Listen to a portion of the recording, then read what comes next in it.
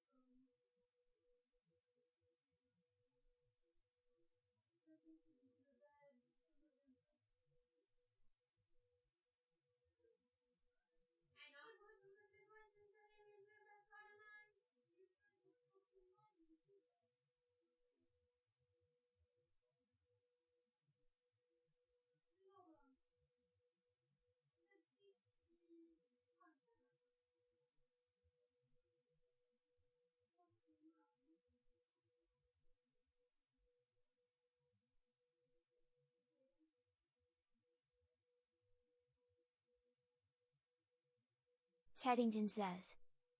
Bar weep graagna weep ni bong.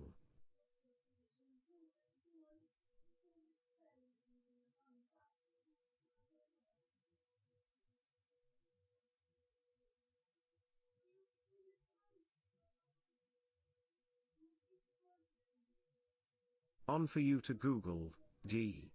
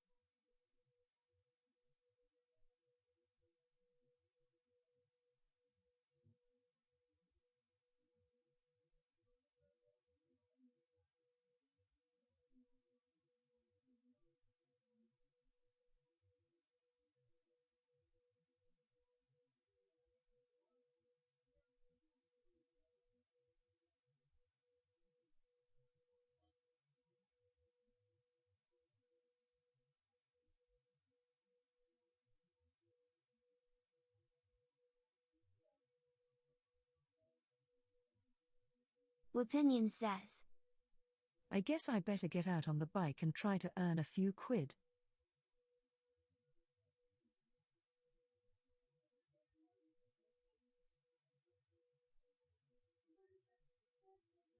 Catch you later, Teddington.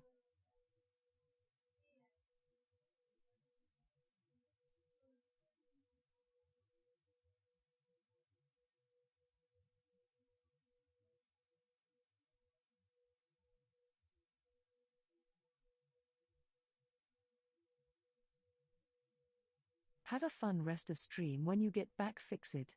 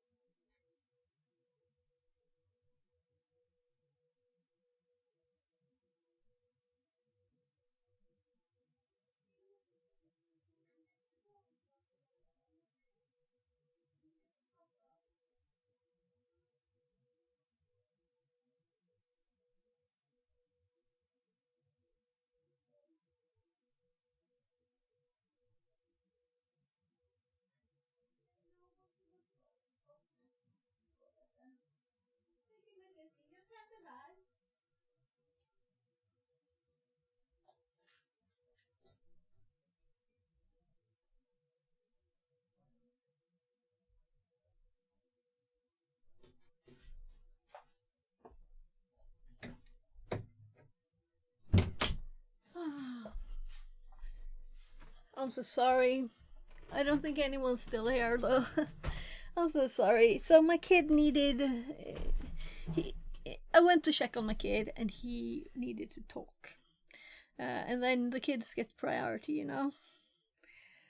Obviously, of course. That's the only way it could be.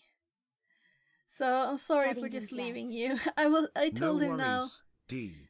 I told him next time maybe you can tell me before that we're going to talk for a bit and I can go and 3,301 says. We all here. Thank you. So that I could close stream down. says. And he said, I don't know, I didn't know that before. Working here. Okay. Yeah. So, yeah, I'm a bit... it's my autistic kid, and he was talking about problems communicating and that we don't really understand, and that he actually wants that the whole family does more things together and that we sit and like just talk. And I said, so families often do talking as a family when they eat. And he said, no, I need to eat alone. But and also there's you can choke if you talk and eat. So it's very security thing. So that's you know, when he learned to walk he was holding the wall for a long time. So that's the main focus for him always. Yeah. The Cloud Sec Ninja says, Hero. Hi. Yeah, so we talked a lot now, and he wants me to look at a lot of YouTube videos that he sent me on Discord. Gold PLZ. So I'll do that later. But I also need to do a CV today because someone asked me about a job. And this is an IT one that I could do easily. So maybe I'll... Yeah, I said, yeah, I'm interested. We'll see. So they wanted to have an interview tomorrow. But I need to send the CV first. So we'll see. We'll see. Let's do the next one. Good luck. Thank you.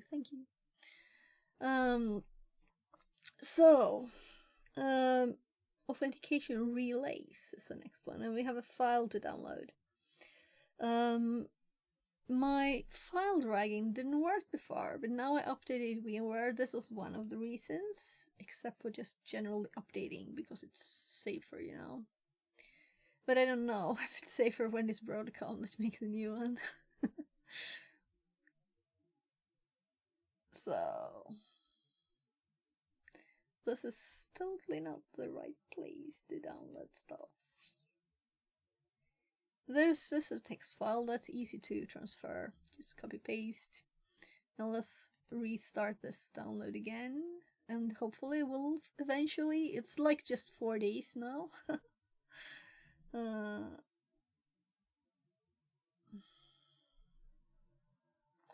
So I'm curious where it's actually downloading to. If it's actually full the drive. So it might be doing it to the C drive, which it shouldn't do.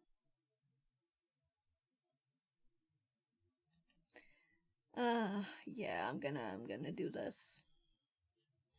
And we're going to check this again. What do you think? Did it take the wrong drive? No, it's 10 here still. So I'll do that again later. So we got the file that we got, which is passwords list. So authentication relays. Continuing with attacks that can be staged from our rogue device, we will now look at attack against a broader network authentication protocols. In Windows networks, there are a significant amount of services talking to each other, allowing users to make use of the service provided by the network. These services have a built-in authentication methods to verify the identity of the incoming connections. In task 2, we exploited NTLM authentication used on a web application. In this task, we will dive a bit deeper to look at how this authentication looks from the network's perspective. However, For this task, we will focus on the net NTLM authentication used by SMB. Server message block. So how often do you see SMB written out? The server message block SMB protocol allows client-like workstations to communicate with a server like a file share in networks that use Microsoft AD. That use Microsoft only, right? SMB governs everything from inter-network file sharing to remote administration. Even the out-of-paper alert your computer receives when you try to print a document is the work of the SMB protocol. Okay. However, the security of earlier versions of the SMB protocol was deemed insufficient. Nah. Several vulnerabilities and exploits were discovered that could be leveraged to recover credentials and even gain code execution on devices. Although some of these vulnerabilities were discovered in newer versions of the protocol, often organizations do not enforce the use of more recent versions, since legacy systems do not support them.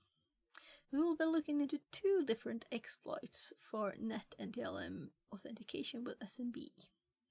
Since NTLM challenges can be intercepted, we can use offline cracking techniques to recover the password associated with NTLM challenge. However, the cracking process is significantly slower than cracking NTLM hashes directly. We can use a rogue device to stage a man-in-the-middle attack, relaying the SMB authentication between the client and server, which will provide us with an active authenticated session and access to the target server. Lots of reading here. LLMNR, NBTNS, and WPAD. In this task, we will take a bit of a look at the authentication that occurs during the use of SMB. We will use Responder to attempt to intercept the net NTLM challenge to crack it. There's usually a lot of these challenges flying around on the network. Some security solutions even perform a sweep of entire IP ranges to recover information from hosts. Sometimes due to stale DNS records, these authentication challenges can end up hitting your rogue device instead of the intended host.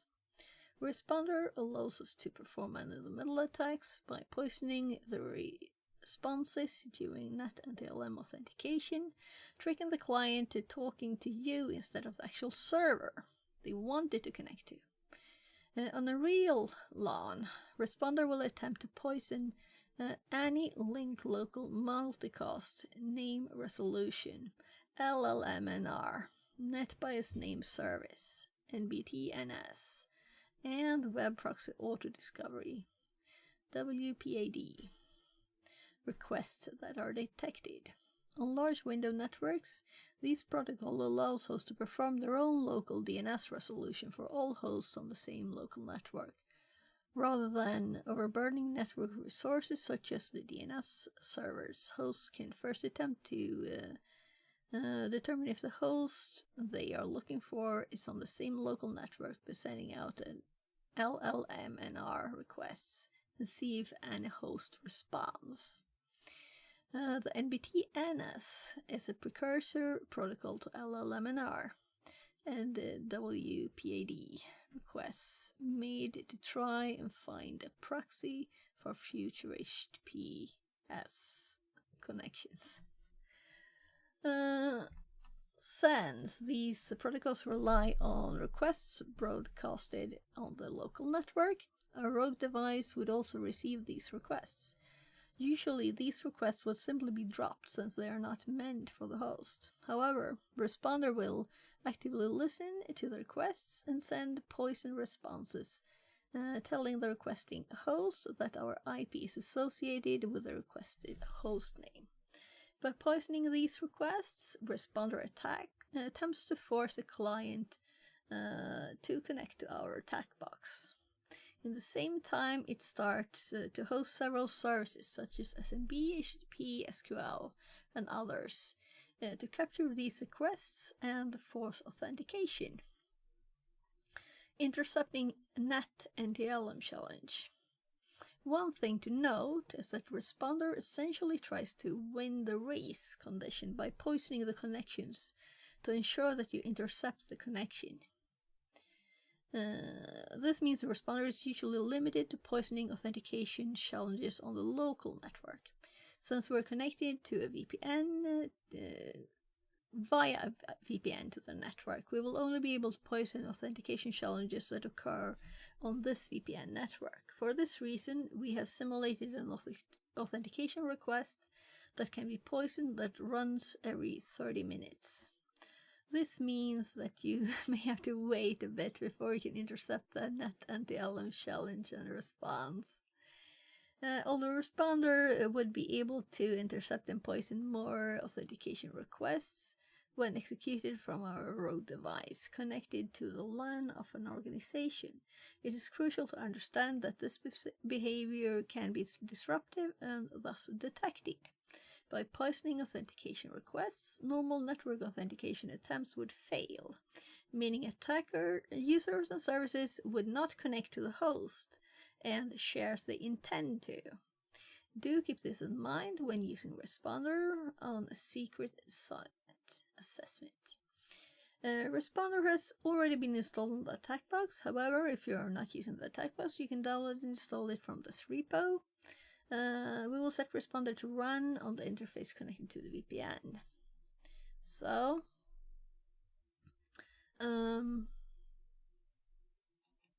we just got there in time, right? Not that it matters much, but it seems to have the same IP all the time, so we don't have to change stuff. That's nice. I guess that's why it has a special network. says, does anyone know if I pay for Hack the Box VIP, I get access to all module and job role, or is it limited? So I think that if you pay for VIP, you can do boxes, shared boxes, and I just won the VIP Plus, and then you get your own box, like more like TryHackMe. Except this one is actually shared. So most things there are not. But you don't get access to the Academy. It's a separate thing. So it's not the modules there. But I think you can like pay for certificates and stuff there on the Academy, and then you get like a bundle thingy. But I don't know anything about that. So Thanks. yeah, I don't know much about it. So soon at least we can do Hack the Box on stream too. So I know I'm scrolling too far here.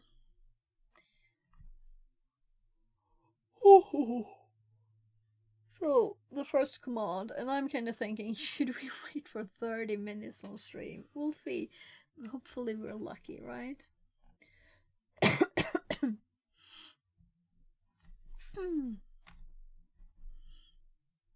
So let's actually make a new tab for this.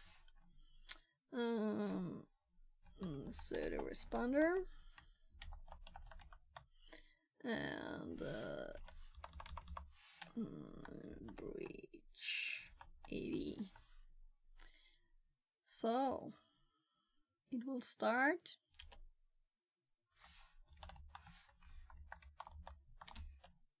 There, starting all the things. Here we have LLMNR, NBT, NS that they were talking about. They also mentioned HTTP, right? And here's the SMB server. So it's listening and pretending to be all these servers. So that's why I mentioned it in the last one, when I was thinking like, actually, we should probably stop this thing. So let's stop it.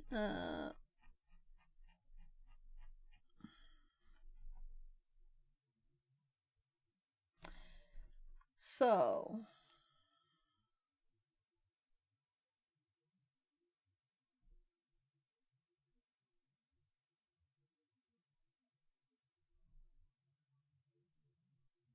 What I'm thinking is, did something not start?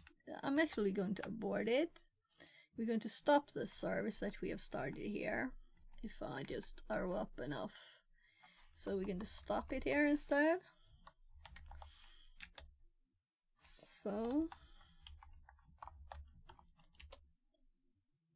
there, and then we'll start this again and we'll see if we get something different. Because I'm a bit curious now to run the printer test and see if responder, because that was my first thought on the other one. We did all these things. All this. It's not mega much, it just was a lot of text there too, right? And also commands that I needed to search for information about. So what does this command really mean, right? Let's actually put the responses from ChatGPT here. So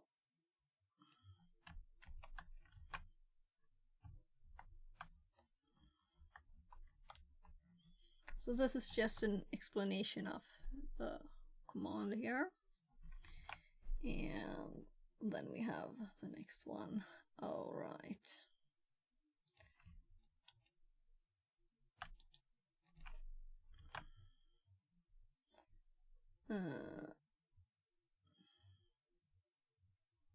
I guess I do the same.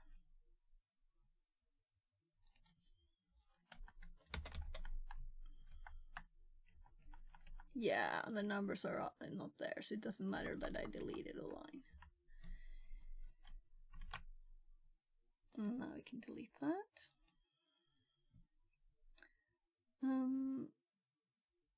If you're using a Tycbox, not all of the responder servers will be able to start, since other servers are already using those ports. So we're not, so we don't have the problem.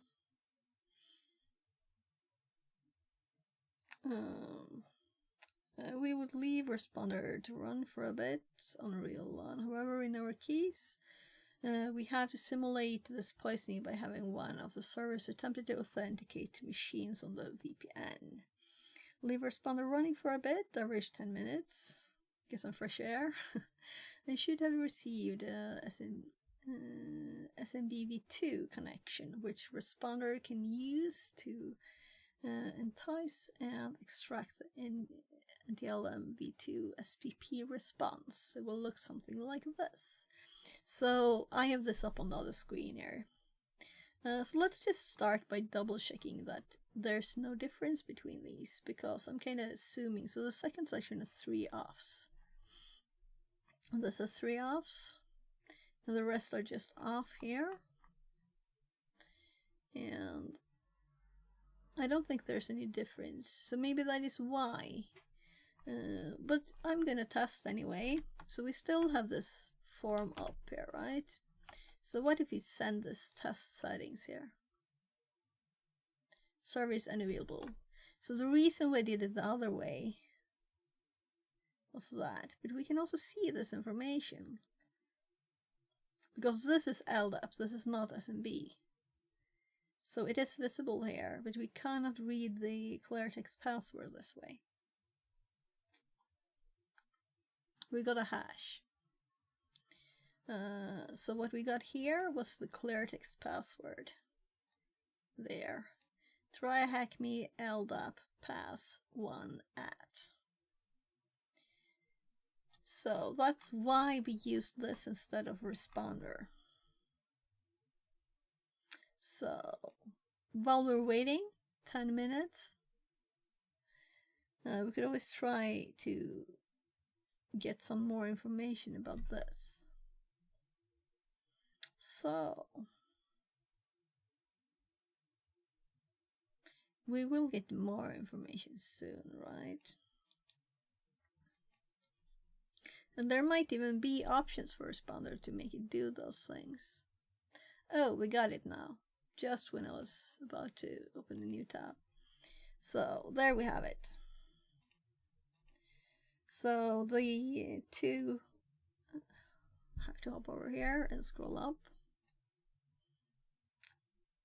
So this machine sent it.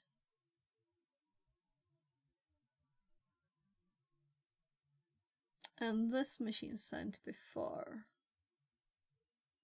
the printer.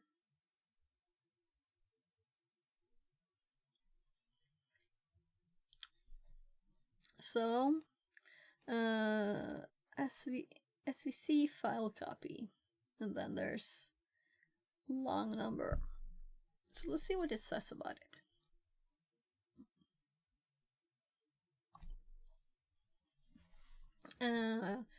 If we were using our rogue device, we would probably run responder for quite some time, capturing several responses. Once we have a couple, we can start performing some offline cracking of the responses in the hopes of recovering the associated anti-LM passwords. If the accounts have weak passwords configured, we have a good chance of successfully cracking them. Copy the anti-LM v2 SPP hash to a text file.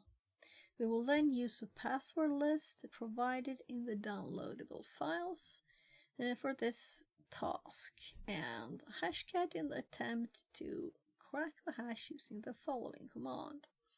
So it's quite long.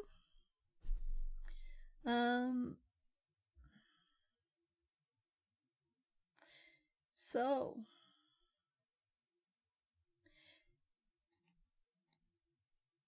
I'm curious, if we send this to hashcat, will it understand it? We have to test, you know, not just do what they say that we should do. So we're still in the right directory, so let's make a file called so I'm up with the password spring here.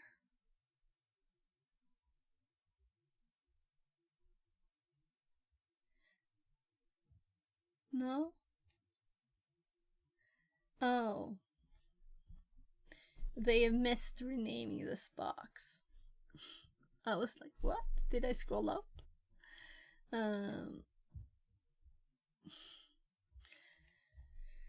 So, what should we call it? SMB? SMB v2 dot hash. And we paste it. It's long, that it's still there, it's just not visible.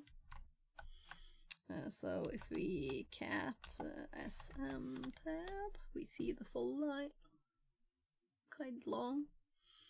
And they have lots of options for hashcat, but I'm gonna just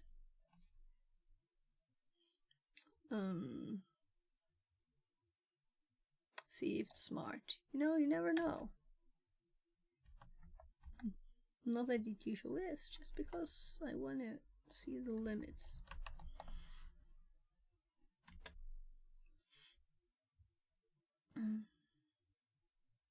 Yeah. So we didn't know the format, so we'll have to edit it. Oops, I catted it. So let's remove this extra information.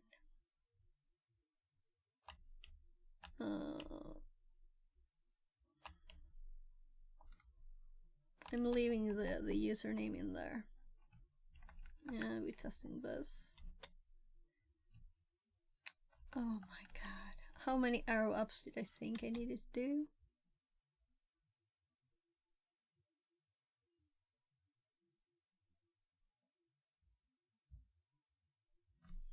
So you can see how old my computer is. So it automatically detected the right one. So we didn't have to type it at all. Though we're not using their password file, which we should. So let's copy the file.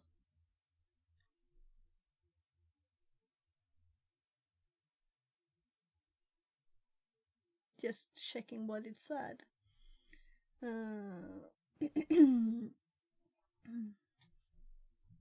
So let's grab this file, word list, copy it all, And let's up over here. And it is working on stuff. Should we abort it? Let's do that. So, yeah, I did Ctrl-C a few times there. So let's nano. What did they call the file?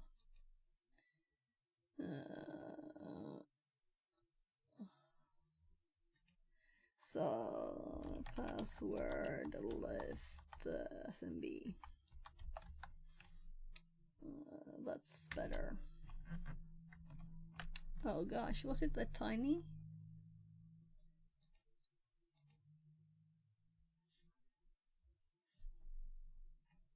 So it probably scrolled down and I didn't really get that, did I?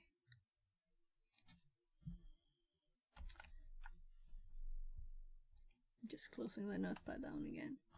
Let's scroll up. Yeah, it's all there. So let's go again, and this time we're gonna specify a file.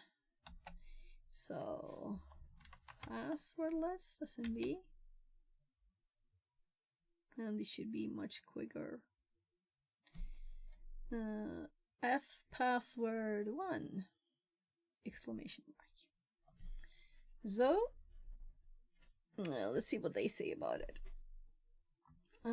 Or should we like paste it somewhere here? So what is the name of the tool we can use to poison? Responder. What's the username associated with the challenge? SVC file copy.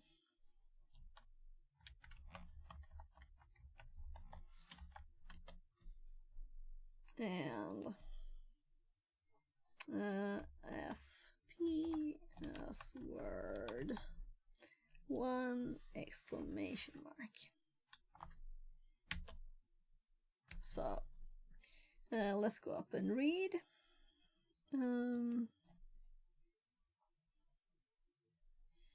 The password files will be provided for you in the attack box. So now we know it could detect it automatically, what type it was. If you know your machine, install Hashcat first.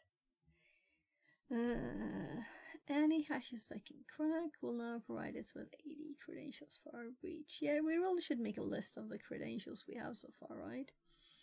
We have them in the notes on this, though.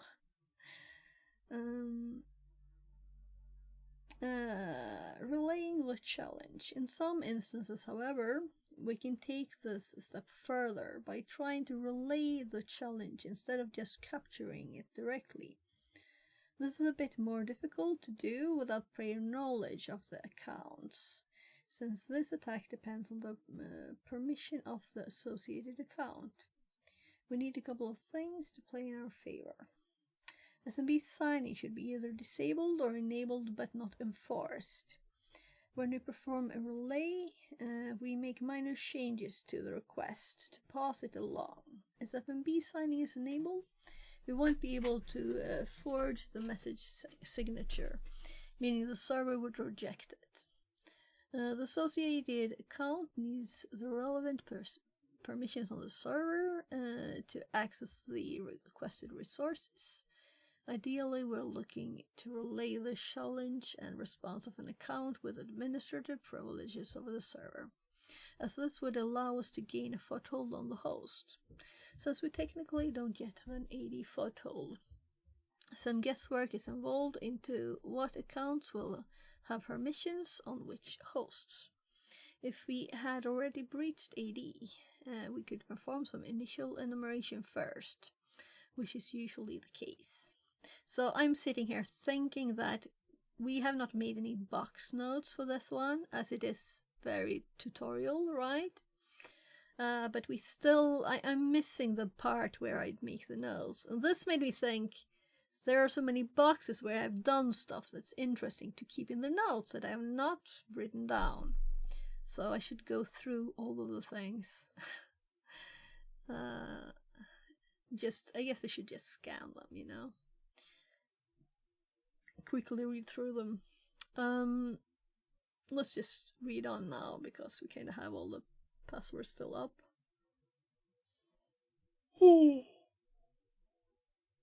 Well, so it's only the yesterday's power outage for 20 minutes that's worrying me now. This is why blind relays are not usually popular. Ideally, you would first breach AD using another method, and then perform enumeration to determine the privileges associated with the account you compromise. From there, you can usually perform lateral movement for privileged escalation across the domain. However, it is still good to fundamentally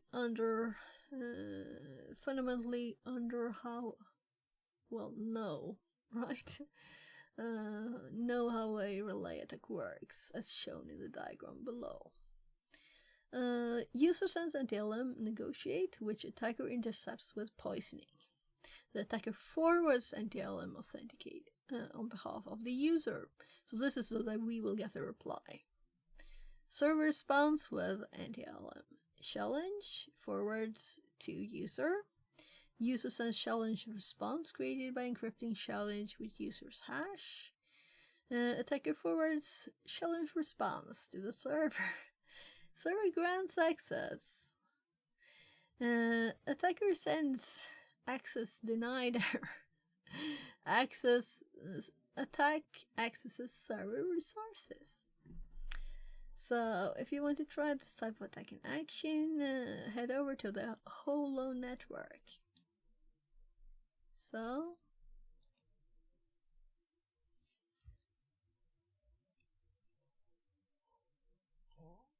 we'll have to do this one when if it's not already in the path, you know. Someone is doing it. It's on.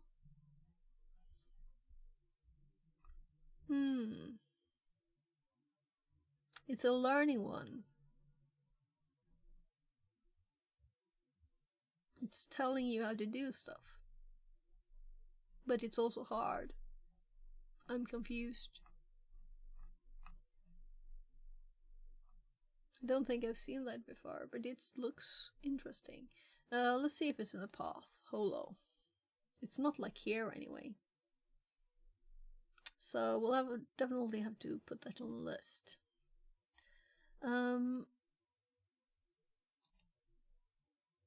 Oopsie. This one. Yeah, I was going through all the simple courses at TCM because I managed to subscribe by mistake to an extra after the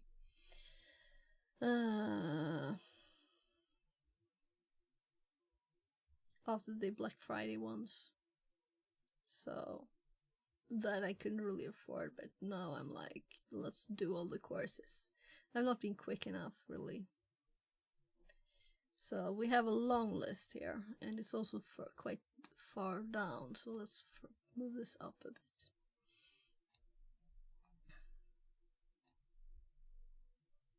So, there. I've got like 1 million bookmarks. So, that one is on top of the list now. We will also come back to this in future 80 rooms. Answer the questions below, and we already did.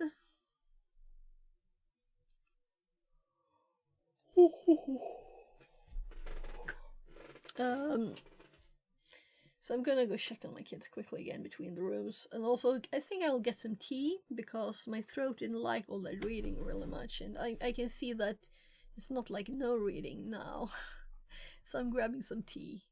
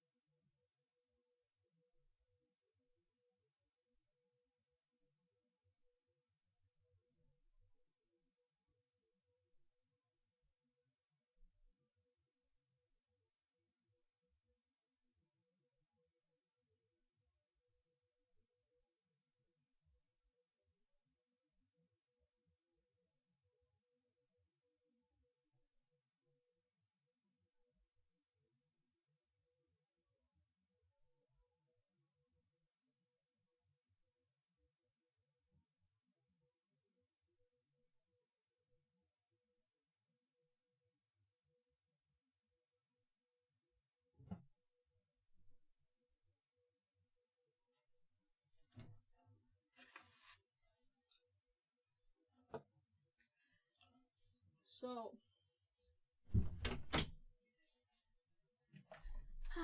some tea with honey.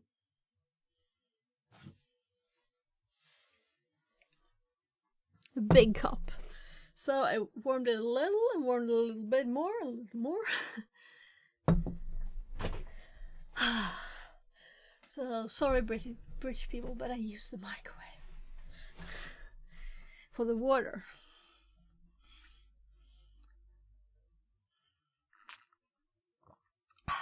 Oh, that's hot.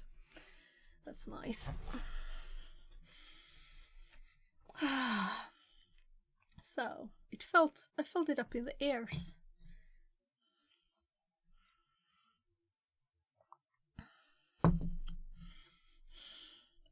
Then it's warm. Microsoft Deployment Toolkit. So what we didn't do was to make notes on the last one, right? Let's do a quick check, because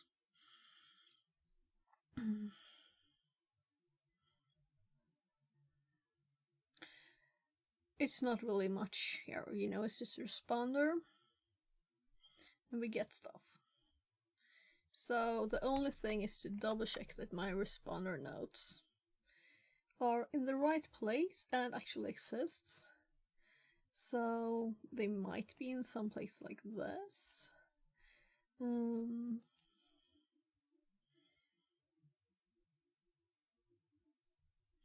Yeah, so responder, they will also be in a box.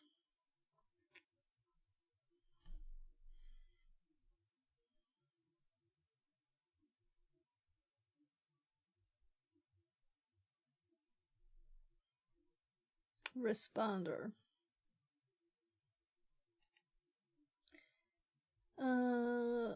Okay. So it has its own thingy and I forgot about it. Okay. So only responder is there alone. So this is a whole room on the responder only. So it's actually the same thing. No, it's not, because this is SMB only. Yeah. Yeah, I don't feel we need to make any notes for this.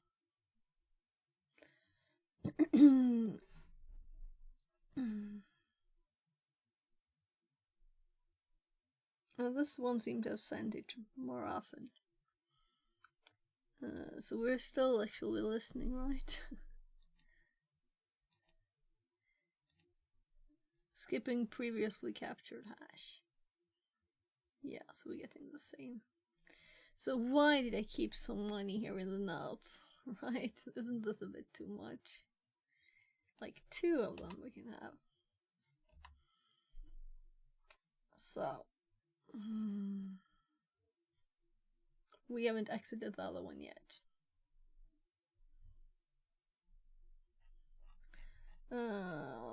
Let's give it a tiny little example more here then. And let's just do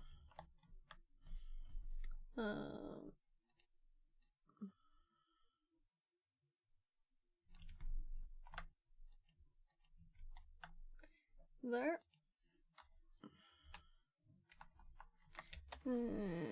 Our captures.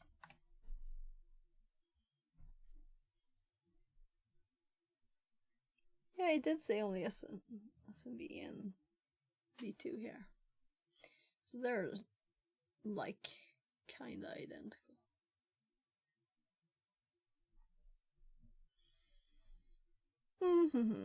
So back here. And come on, how many times did I hop back and forth?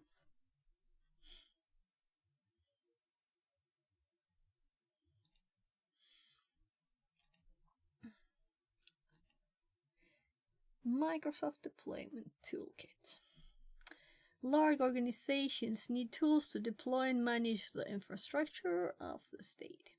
In massive organizations, you can't have your IT personnel using DVDs or even USB flash drives running around installing software on every single machine. Luckily, Microsoft already provides the tools required to manage the state. However, we can exploit misconfigurations in these tools also. Breach ED.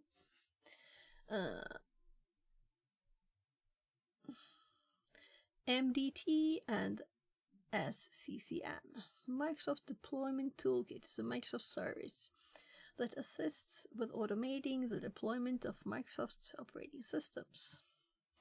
Large organizations use services such as MDT to help deploy new images in their estate more efficiently, since the base images can be maintained and updated in a central location.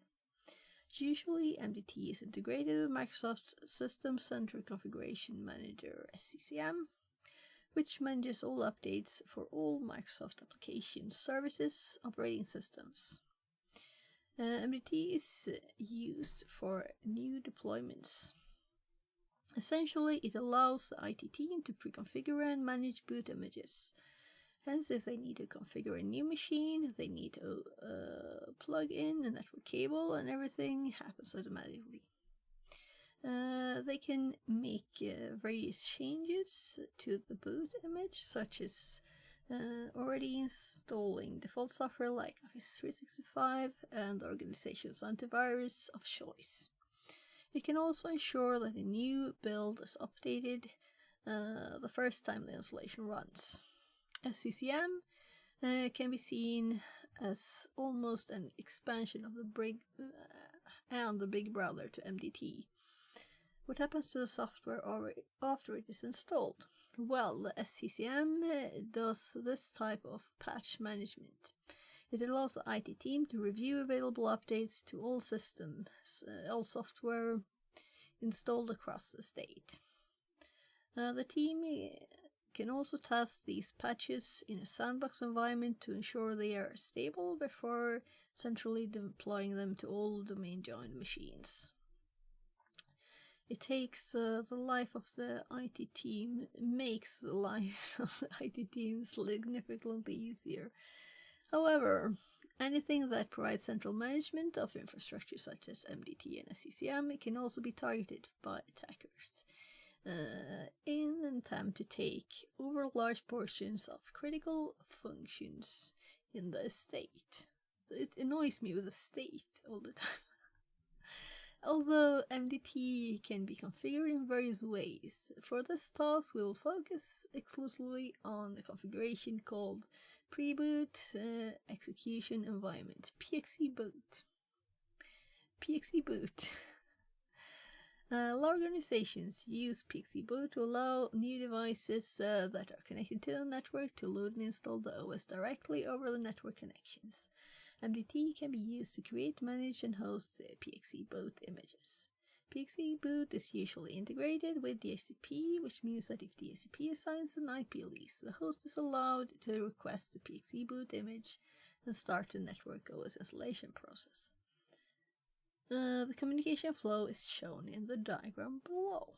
So, 1. User sends DHCP discover, requests IP address, and PXE service info. Server sends DHCP offer, sends open IP and PXE service info. The user sends a DHCP request. I'm like, which arrow? It must be this one. Yeah, it is. So, these are so tight. The user sends DHCP request, accepts IP address. Server sends DHCP acknowledge. Clients perform boot service discover. Service acknowledge sends PXE boot information.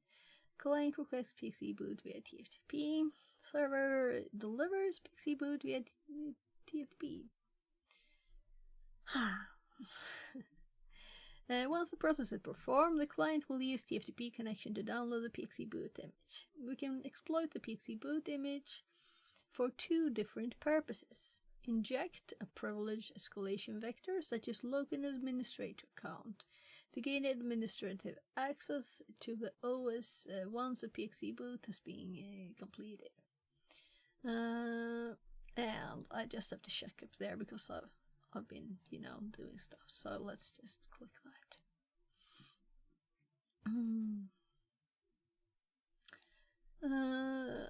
Perform password scraping attacks to discover AD credentials used during install. In this task, we will focus on the latter. We will attempt to recover the deployment service account associated with the MDT service during installation for this password scraping attack. Furthermore, there's also a possibility of retrieving other AD accounts used for unattended installation of applications and services.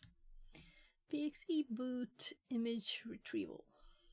Since DHCP is a bit finicky, we will bypass the initial steps of this attack. We will skip the part where we attempt to request an IP and the PXE boot pre-configure details from DHCP. We will perform the rest of the attack from this step in the process manually. The first piece of information regarding the PXE boot pre-configuration you would have received via DHCP. It's the IP of the MDT server. In our case, you can recover that information from the TrackMe network diagram. So let's look at the network diagram. So I went up there for nothing. Oh right, there are more stuff here now. So more of them turn on as we go down. So now you can see that this one is PXE boot. So that's smart of them to have the ones blocked that we're not actually using, and then they hop there later when we need them. Nice.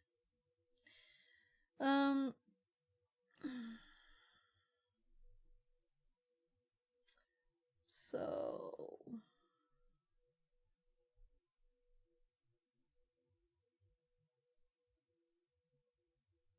here was a network diagram. The second piece of information you would have received was the names of the BCD files. These files store the information relevant to PXE boots for the different types of architecture.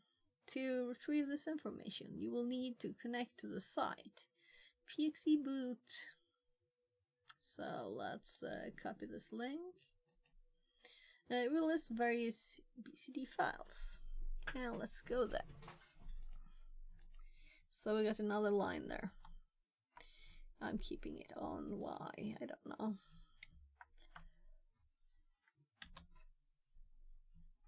So here we have those. ARM x86. Really?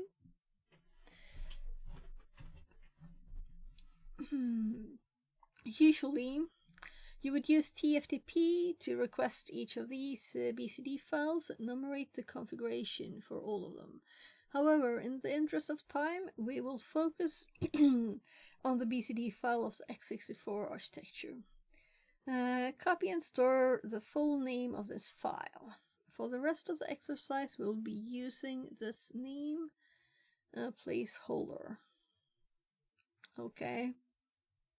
So, I'm assuming this is a question that we need. No?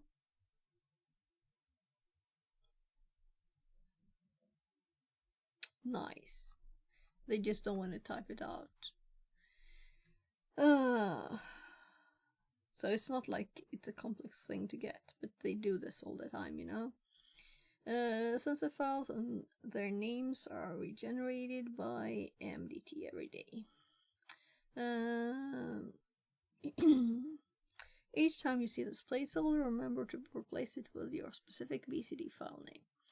Note as well that if the network has just started, these file names will only update after 10 minutes of network being active. with this initial information, now recovered from DHCP, wink wink, we can enumerate and retrieve the PXE boot image.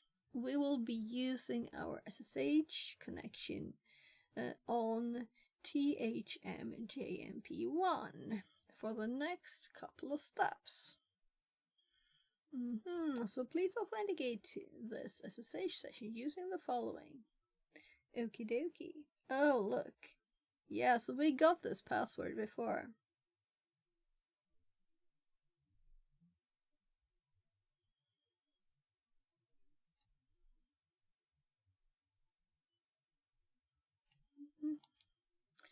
But the machine just appeared there.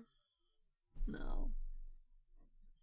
So, come on, I want to see the color one. So, new tab. Yes. And password. 1. And. No, that's not the password we got right. To ensure that all users of the network can use SSH, start by creating a folder with your username and copying. Okay. So, as this is a multi-user thingy.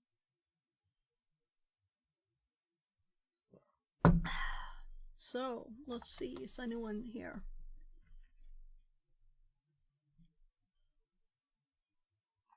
Documents. They want us to go to documents.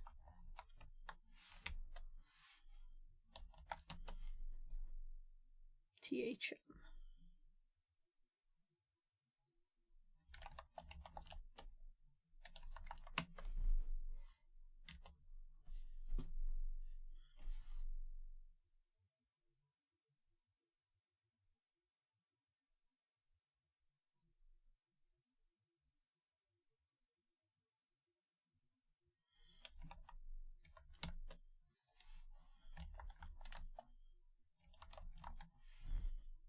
I guess.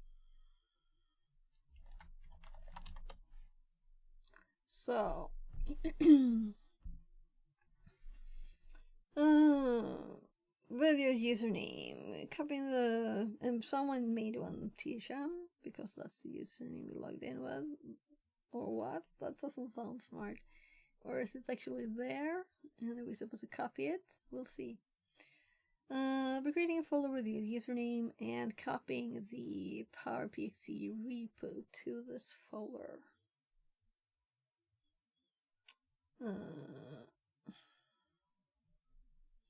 Okay, so we're gonna copy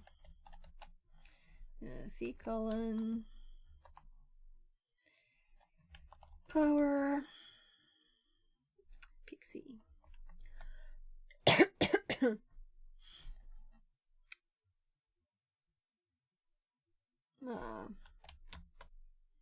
So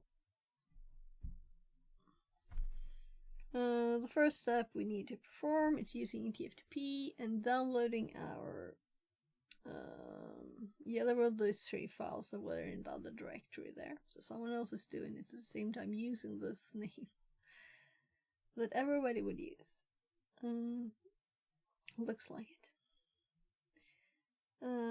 I'm downloading our BCD files file to read the configuration of the MDT server. TFTP is a bit trickier than FTP since we can't list files. Instead, we need to send a file request, and the server will connect back to us via UDP to transfer the file. Hence, we need to be accurate when specifying files and paths. The BCD files are always located at the TMP directory on the MDT server. We can indicate that the TFTP transfer using the following command in our SSH session.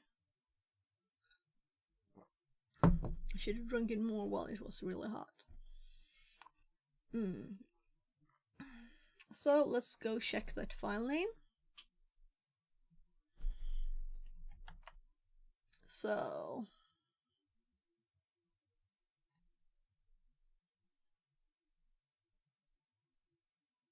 Yeah. This file name. Not copy link, just copy. And it's obviously 19 because it's popped up. So,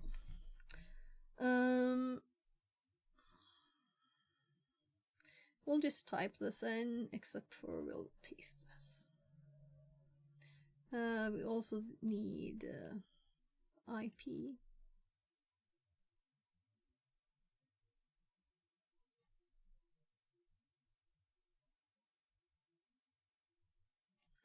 So this IP.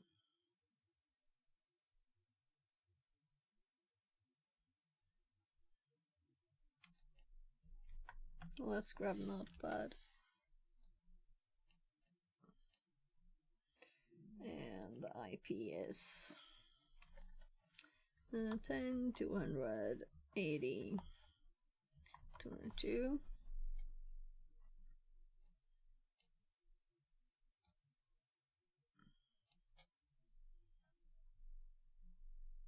Yeah, I'm starting to get a bit hungry too. Dinner time. So I gave one of my kids food, the other one had Oreo and just Nutella sandwiches. I was like 2 seconds too, well, 2 minutes too late. So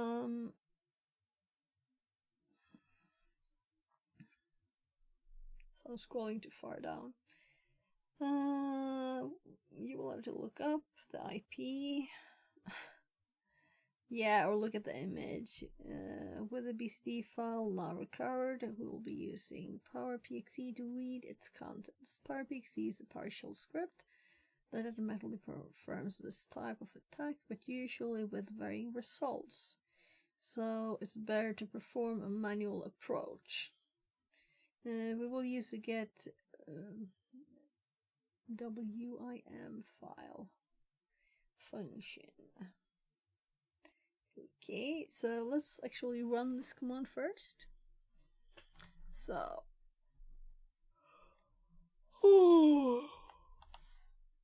TFTP I 10 200.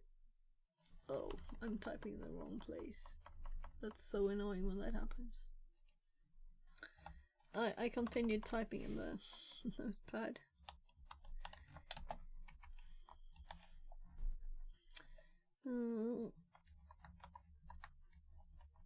So, and then we go get. I can't imagine that being case sensitive, but conf.bcd, and then we're gonna paste here. So, something wrong. TFTP I. Alright, I forgot the path. So, there.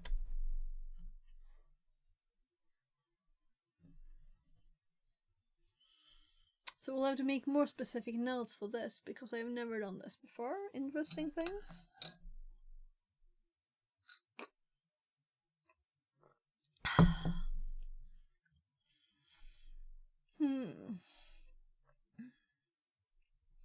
So we will use get vim file function of PowerPXE to recover the location of the PXE boot images from the BCD file.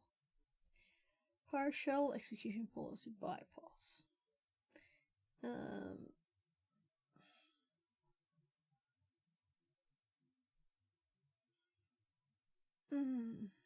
Okay, time for PowerShell. So PowerShell execution policy bypass. And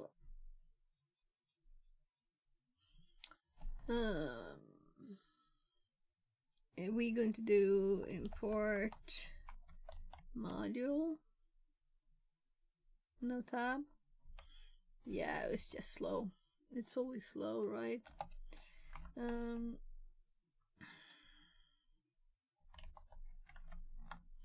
So then we have $. Well, I guess we do this as they typed it. BCD file equals conf.bcd and get win file BCD file and BCD file.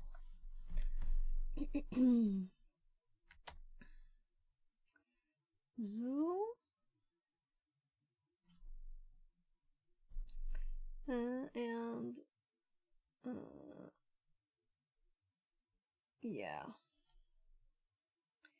so these are not available here. Vim files are bootable images in the Windows imaging format WIM.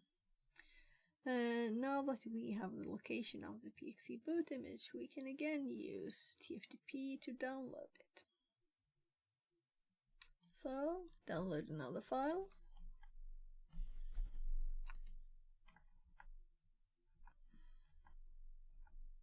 Yeah, it won't hop out of there, will it? Whatever.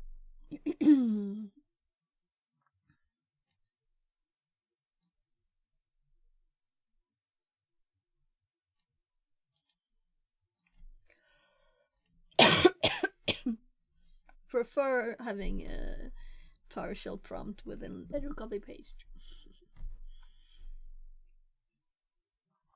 Stuff just happening when you right click and stuff being paused when you have to click it. It's like not good. So we got the file location with the full path. So we're gonna paste this. No.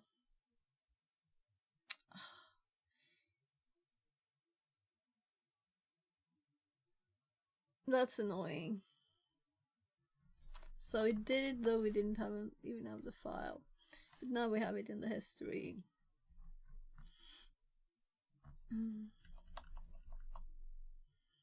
So let's grab the path of the file here. And this is just the same again. So copy that and paste that. Why do paste clipboard? That sounds odd. And pxe boot.vim.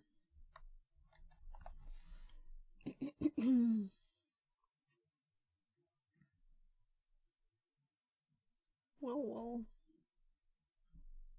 I guess we could not do this last bit. Probably right.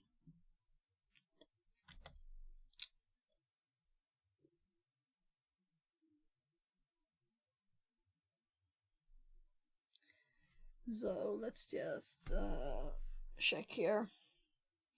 218 seconds they had.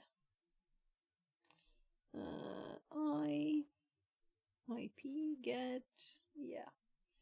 This download will take a while since you're downloading a fully bootable and configured Windows image. Maybe stretch your legs and grab a glass of water while you wait. But we have reading to do. So now that we have recovered, or rather recovering credentials from a PXE boot image. This is a bit interesting, right? Now that we have recovered the PXE boot image, we can exfiltrate stored credentials. It should be noted that there are various attacks we could stage. We could inject a local administration user so we have admin access as soon as the image boots. We could install an image to have a domain joined machine. If you are interested in learning more about these attacks, you can check this article, and I opened it there. This exercise will focus on a simple attack of just attempting to exfiltrate credentials. Again, it will use PowerPXE to recover the credentials, but you could also do the step manually by extracting the image and looking for the bootstrap ini file, where these types of credentials are often stored. To use PowerPXE to recover credentials from the bootstrap file, we will run this command: find credentials and the name of the file that we still don't have down. As you can see, PowerPXE was able to recover 80 credentials. We now have another set of 80 credentials that we can use.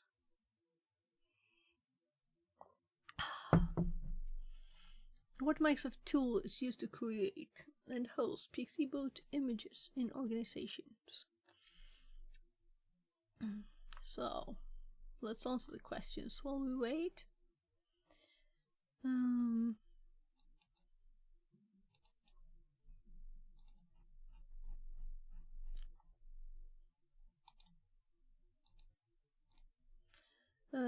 What network protocol is used for recovery of files from the... Well, TFTP. What is the username associated with the account of a store in the PXE boot image? We don't know yet. The password. There, we got it. 183 seconds for us. So... we actually were quicker than they were. It felt like forever, but it's several minutes, so... let's run the get credentials. So get, I do click first, right? Get credential. Nah,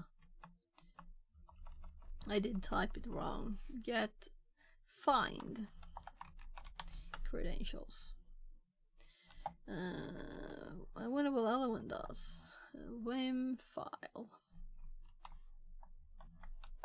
PXE boot.vim. So it's not like we're gonna download this ourselves and extract it, right? So we're just moving the files between the machines in this AD network. Get find credentials.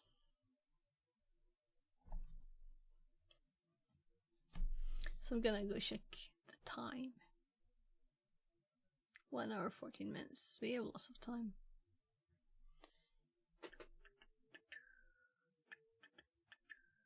This one doesn't say how many minutes it took. There.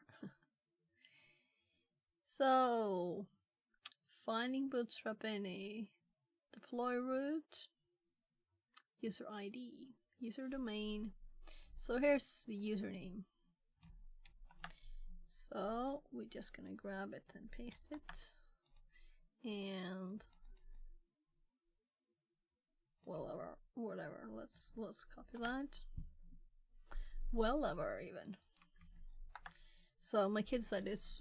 My 14-year-old, that his favorite word is whatever. I said I have a shirt saying whatever. So I don't really disagree there, do I? Well, you should make sure to clean up your user directory when you created that you created at the start of the task. If you try, you will notice that you can get an access denied error. Don't worry, a script will help you clean up process, but remember when you're doing assessment, you always do clean up. Okay, so we don't really have to clean up. It's just that we should. So, we're not gonna just say bye-bye to this. We need to make notes first. So,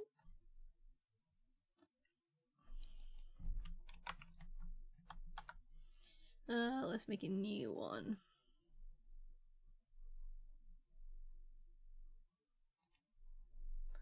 So, new note, attack, PXE, boot,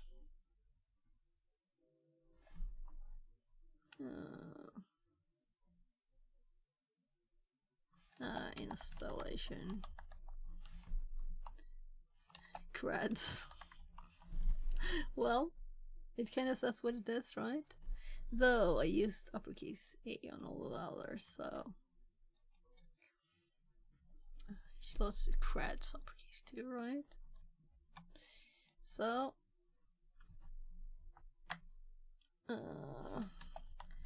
task, was it 7? 6.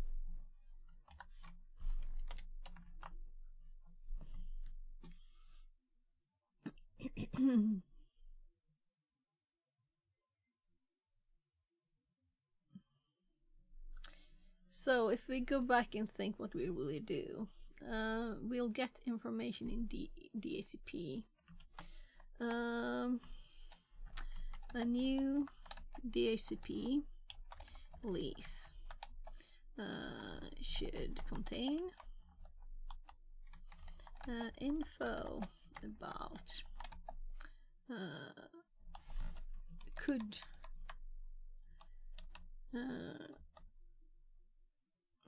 about the, well, what did they call it?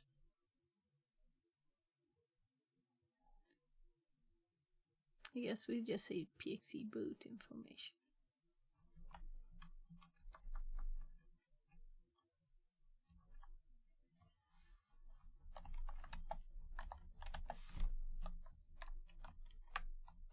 So,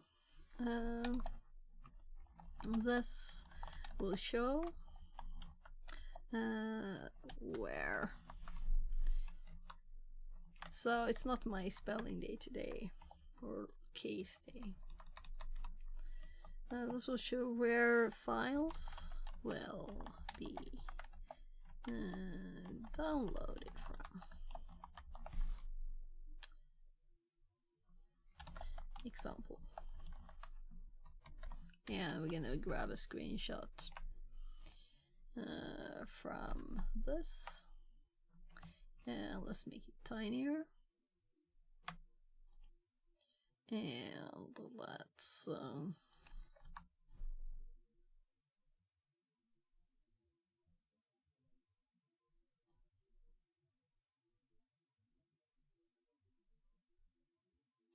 we don't need all of them though, but now they're there, so whatever.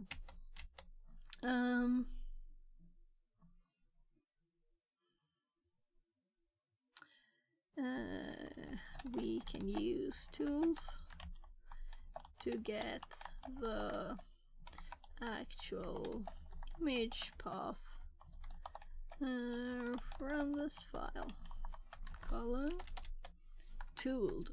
Yeah, what's happening here? Can't type. And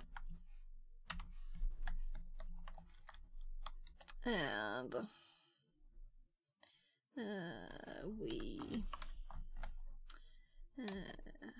get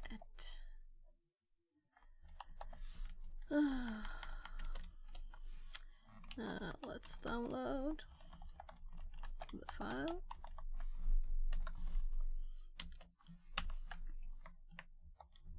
And let's do that double, because we download this file too. We get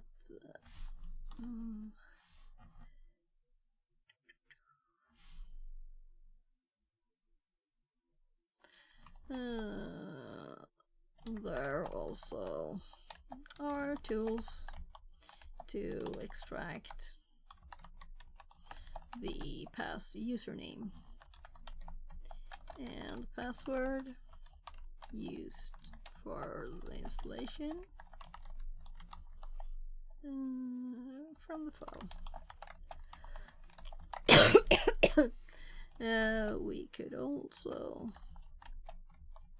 extract it and check and the file name.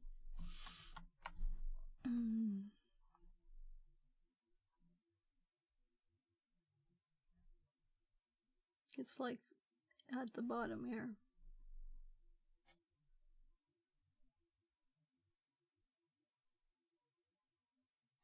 There. I did it again. Control Shift. So,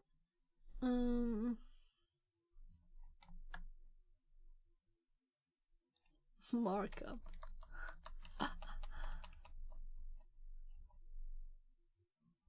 That's so funny.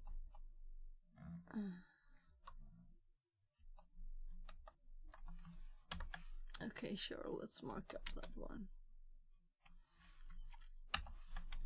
So we're just gonna grab the bits from what we did and just grab some bits here. This is not interesting.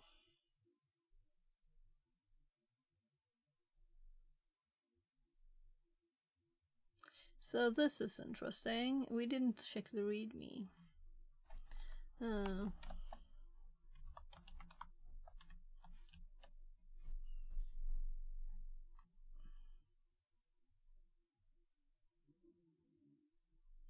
So, PyPXE is a PowerShell script that extracts interesting data from insecure PXE output. The associated article was published in French. So, okay. So we got all the information, right? So first, we can use tools like, and then we're gonna paste. Oh, this is so annoying. This is what happens. Well, I paste the word first and then I select it and do this and it should work fine. I know I just type something in the middle and it will work too, right? So,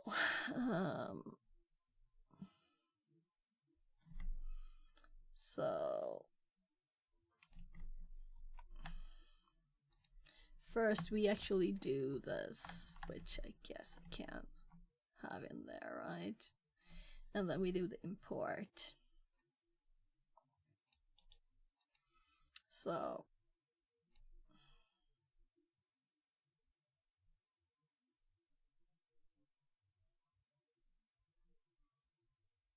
I'm gonna split it up.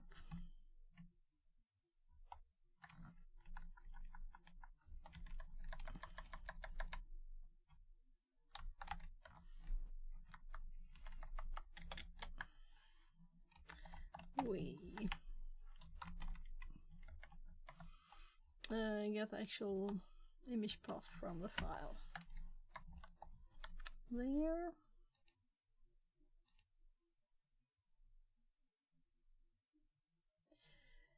So this is so stupid. Why even do this? If I had thought for 2 seconds, I wouldn't have done it.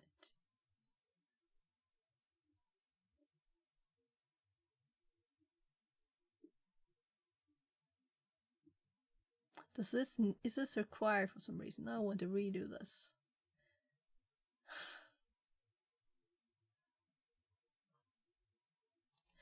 Let's just grab the lines. When I read it, I can continue, you know. So I'm kind of thinking we'll just grab the whole thing and then I'll cut it in pieces. That sounds violent. So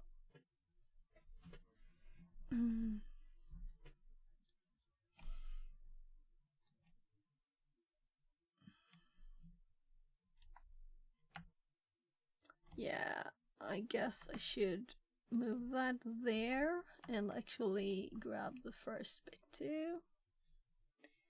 Close that. So,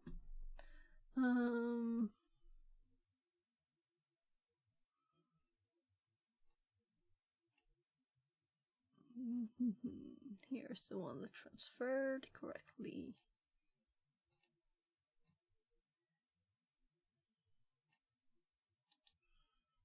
So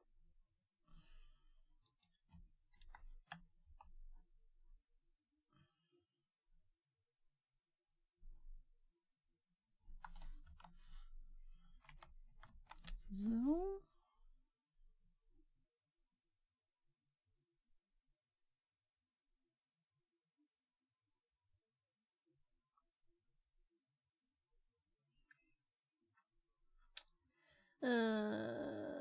We get the actual file path from the file.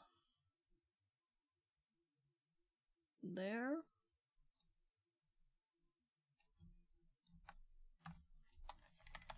And then we download that file. And I don't know why there's empty space here. Oh, I deleted the wrong file first, remember? Or deleted it first again. So I don't know why. I pasted oddly. That's why it said that. So there. And there we have the information that we wanted. Oh my goodness.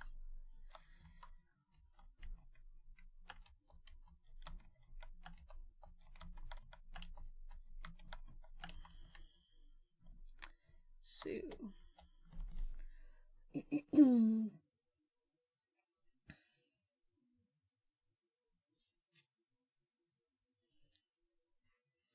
so the question is, I'm gonna go talk to my family a bit. It's starting to get late.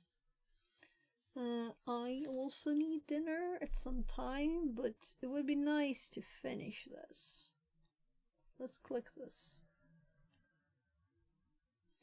Configuration files. Yeah, let's do this. Finish this room. I guess this is a new one though that we will do stuff with, but it's also like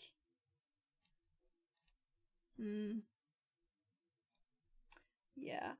I'll be back and we'll finish this, but I'm gonna go check on my kid first. If he wants to go to the store, even though it's late, I'm not gonna say no. But I think he said he felt it was too late earlier too, so. Oh, the honey is all on the bottom now.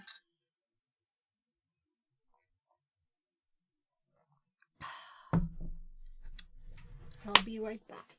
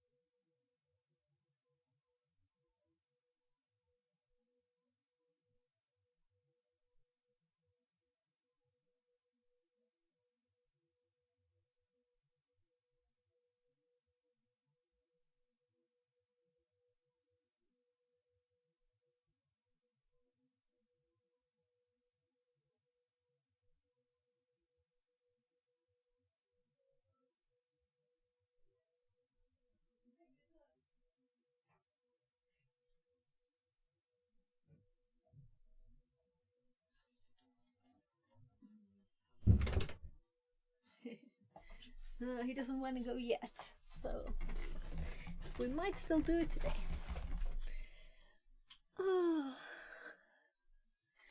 He might be knocking on the door. I told him to. If he wants to feel like going, just come here. Try one.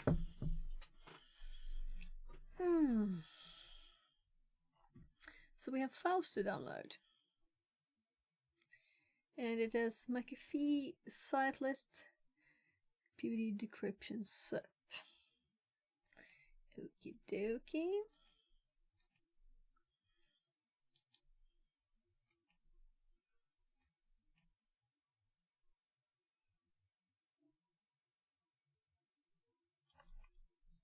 So, did it make that one? Yeah. Was bad sorting. Yeah, so again we have text files. That's nice.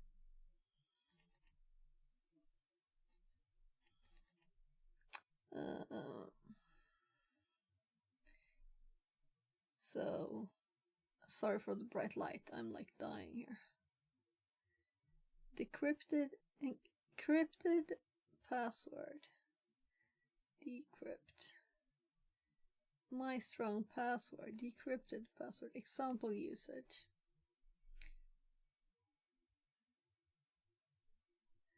So, I'm blind.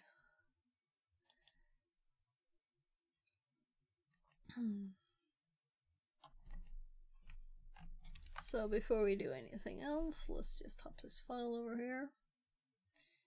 No, over here.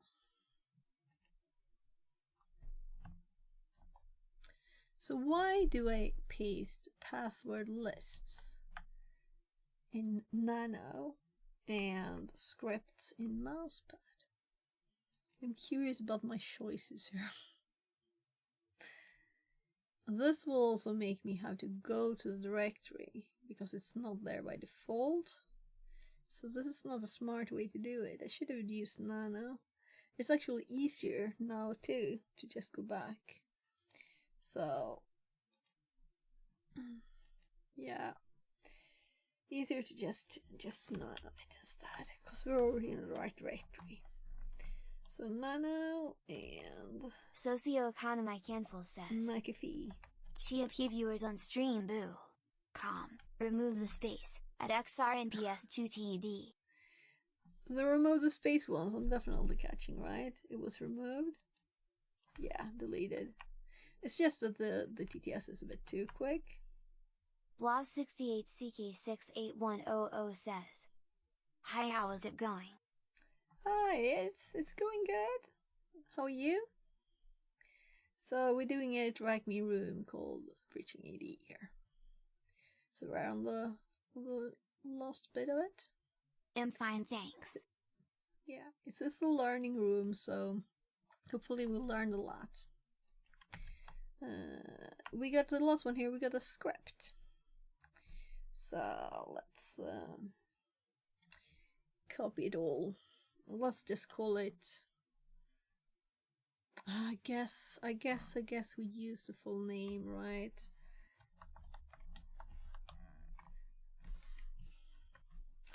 So today I also had networking class. Ah, nice. So what did you learn?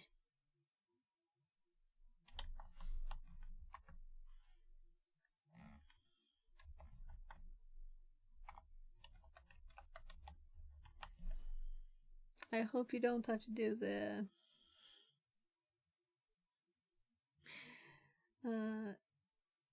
memorization stuff. Guess who was preparing to get CCNA this summer, but it was too expensive for a student loan. Ah, okay. But you know, the knowledge is a valuable thing. So if you learned all the things, then you're good, right? Yo, FC, I love networking. Nice. So I'm closing the bright light here. And I don't think we need the MD file. So I'll open it once more though.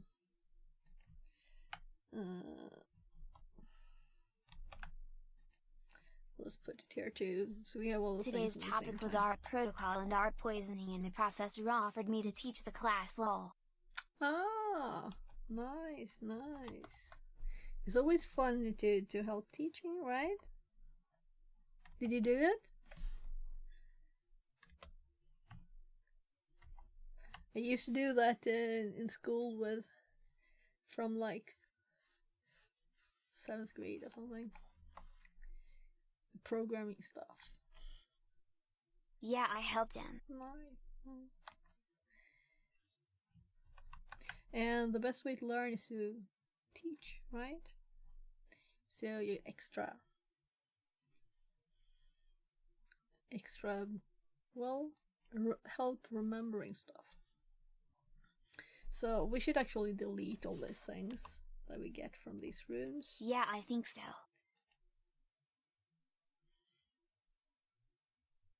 The folder is open. Well, I guess I will delete it later. So, configuration files.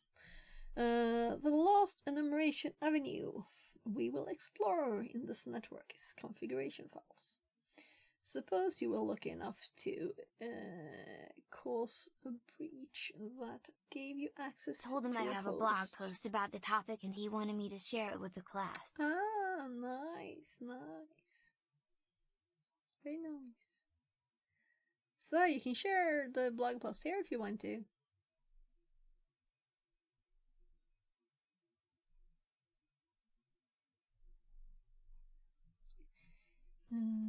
In chat, or if you're in my Discord, you can always send it there too. Let's see.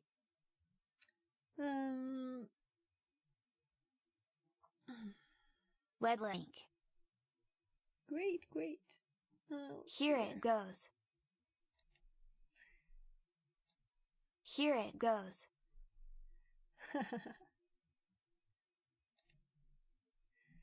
So let's see here. We open it, of course, right? Dynamic ARP inspection and DHCP snooping. Combined protection is many of the middle attacks. So I'll read this later. Thank you. Interesting. So let's finish this thing. Suppose you're lucky enough to cause a breach that gave you access to a host on the organization's network. In that case, configuration files are an excellent avenue Yeah, to okay, explore. have fun back to lurking. Yeah, thank you. And thank you for that lurk. Files are an excellent avenue to explore in an attempt to recover AD credentials. Depending on the host that was breached, various configuration files may be of value for enumeration. So I'm kind of thinking, will we use the same network in all of these? The VPN is called Breaching AD, right? So now I'm very curious how to check this one. Enumerating. Will we be using the same network here?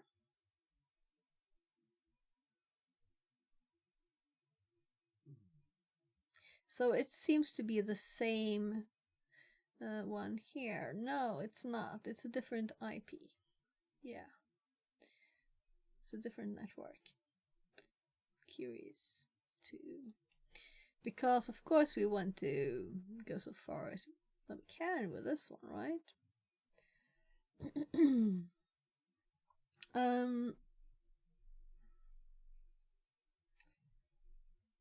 Depending on the host that was breached, various configuration files may be of value for enumeration. Web application configuration files, service configuration files, registry keys, centrally deployed applications.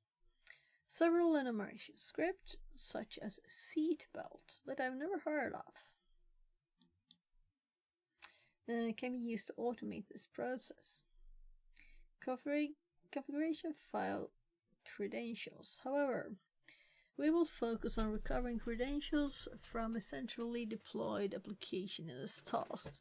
Usually these applications need a method to authenticate to the domain during both the installation and execution phases. An example of such an application is McAfee Enterprise Endpoint Security, which organization can use as endpoint detection and response tools for security. McAfee embeds the credentials used during installation to connect back to the orchestrator in a file called ma.db. This database file can be retrieved and read with local access to the host to recover the associated AD service account. We will be using the SSH access on THM JMP1 again for this exercise. So we're still connected there. The MADB file is stored in a fixed location, so we can just go to this place. Let's do it while we're doing it. So let's say this is a long name. So we grab all the things we need, right? Just making sure. By the way, this is still running, so let's exit that.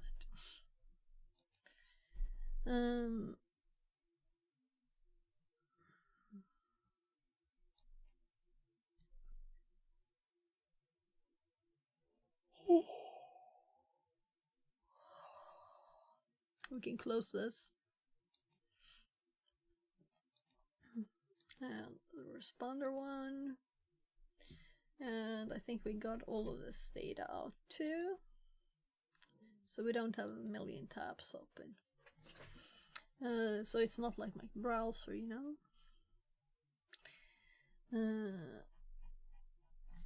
So there. The directory, they wanted us to route now we're in PowerShell, so I could ls. So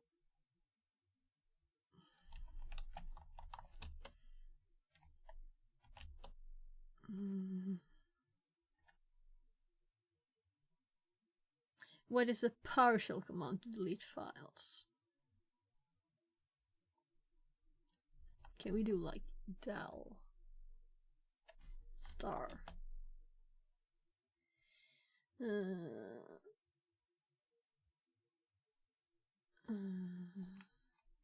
a?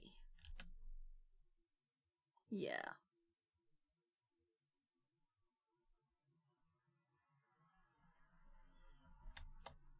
So it failed with some files, so we can delete the directory, and I'm not gonna put any more time on it. It said, so you should be doing this usually, but our cleanup script will fix it anyway, so we don't have to bother if you don't have permissions, it's fine. So we're going to go to and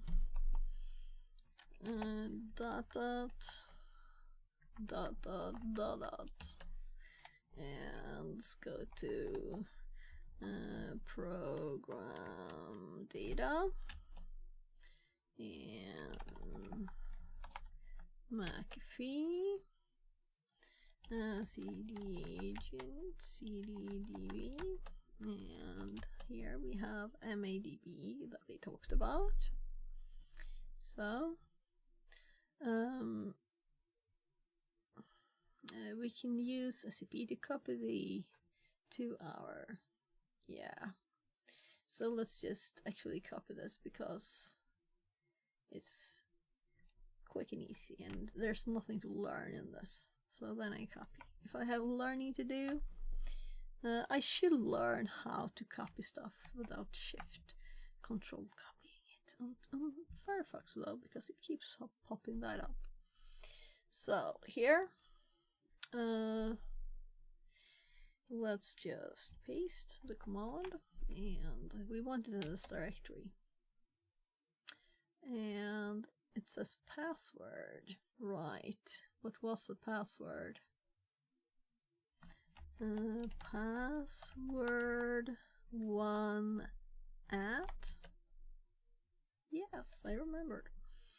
So, to read the database file, we will use a tool called SQLite Browser. We can open the database using the following command. So, SQLite Browser. Oh gosh, I'm typing without clicking first again.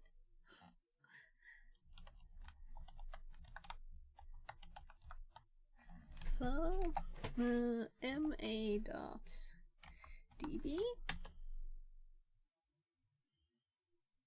So, using SQLite Browser, we will select the Browse Data option and focus on Agent Repositories table. So let's go here again. Let's actually maximize it so we can see a bit better. I'm sorry about the tiny text. Let's just try Control to zoom first. No. Let's check preferences quickly. Font size. So. Well, no, I obviously changed the wrong place, right? So it was 11. Let's do 13 there. And save this because I couldn't even read. Database. Data browser. Here we have it.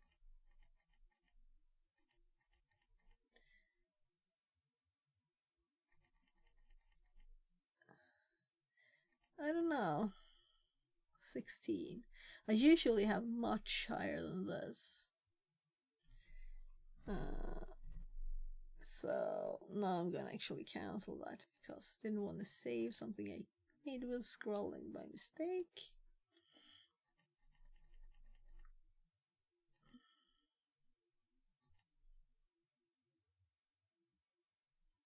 SQL results font size.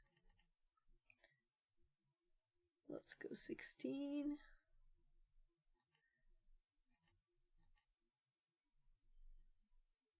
So now I know the time there was 200 first. 16, 16.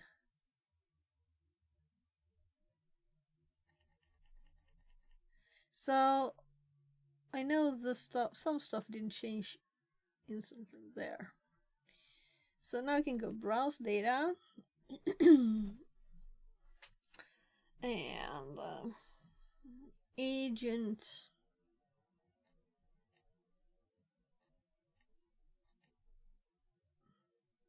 repositories there. So I need to switch ears again. Short the other one. So battery full. Good. So we see this data. We're particularly interested in the second entry, focusing on the domain. So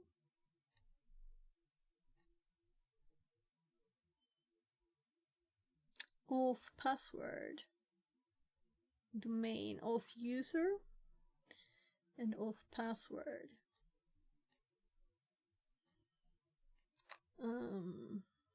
Let's hop back to here.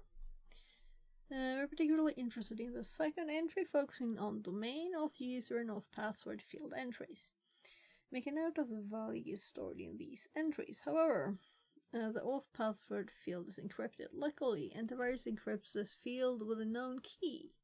Therefore, we will use the following old Python 2 script to decrypt the password. So it's that old. The script has been provided as a downloadable. And we're not in the attack box, so quite old. Python 2. Old crypto library. You cannot get the script to work on your own VM. Please use... Yeah, so if we can't get it working, they want us to use the attack box.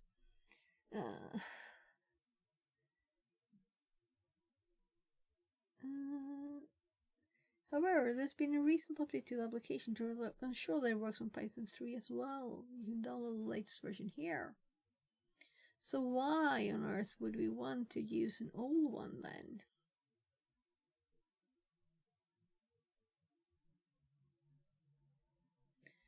So...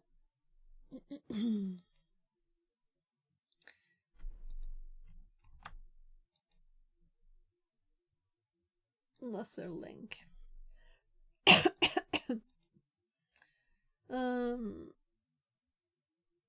No. What did I close? That one didn't want to close that. I was like, yeah, I already closed the GitHub link. So let's hop over here and hop over here, and we can reuse this tab.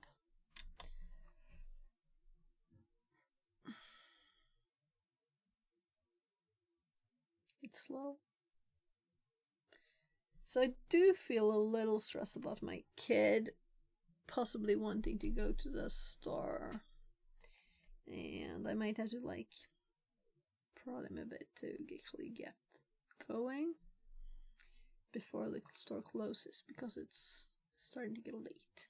I think they close in an hour, so we need to go soon, but I think this could be possibly very quick to do.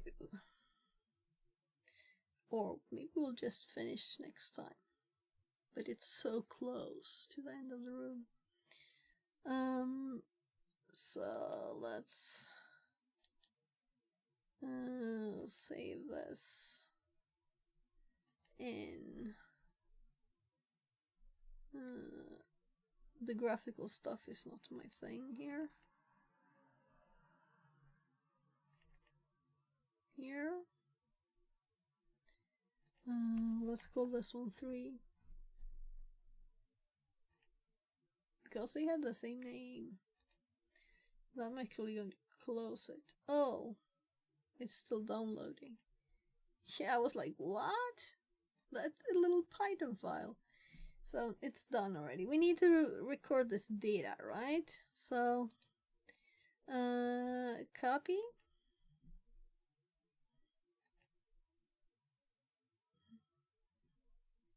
And I should have ended that.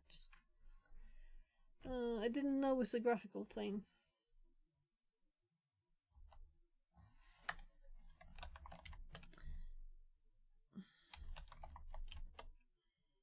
So there we have the Python files.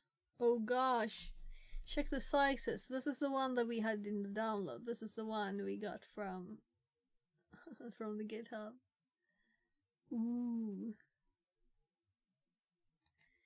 That's the difference. So, I usually would look at this kind of thing carefully, you know, before I run it on my machine, even if it's a VM. This is 129 stars when I check back to it. It's updated 11 months ago.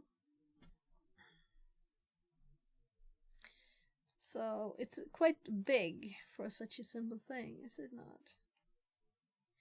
This is the no library. This contains the decryption stuff. I'm assuming that's why. That's probably what happened. So, let's put the data in here.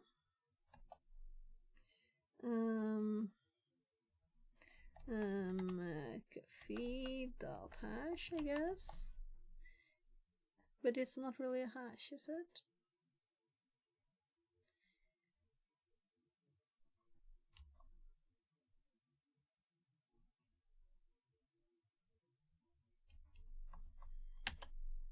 it's encrypted.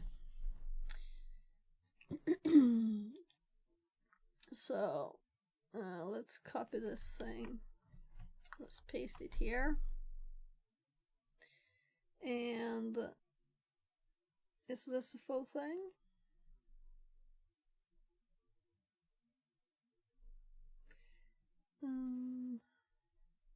Let's check their instructions here if they say anything more. You'll have to unzip. No.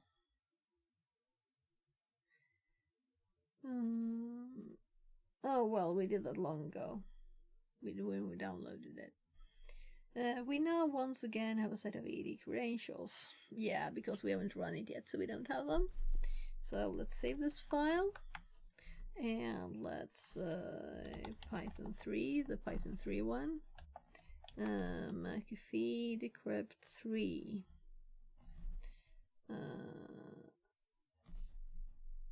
Oh, okay.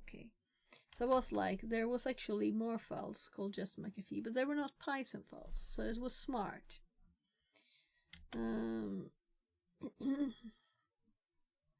So, syntax error. Then we try this. Oh! We didn't give it any input or anything. I just run it as a test. So... maybe it doesn't even take...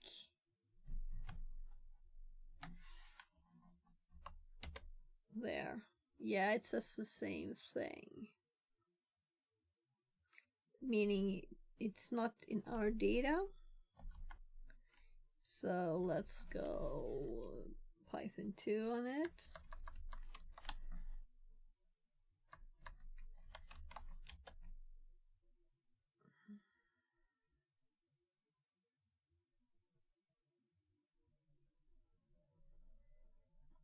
Yes, we need to install CryptoCypher there if we want to.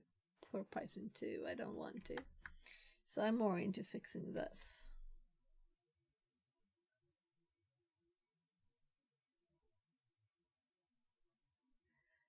Title McAfee Python master fun hour. So we didn't even look at it. Now let's see how they wrote it. They have auth password value and the encrypted password.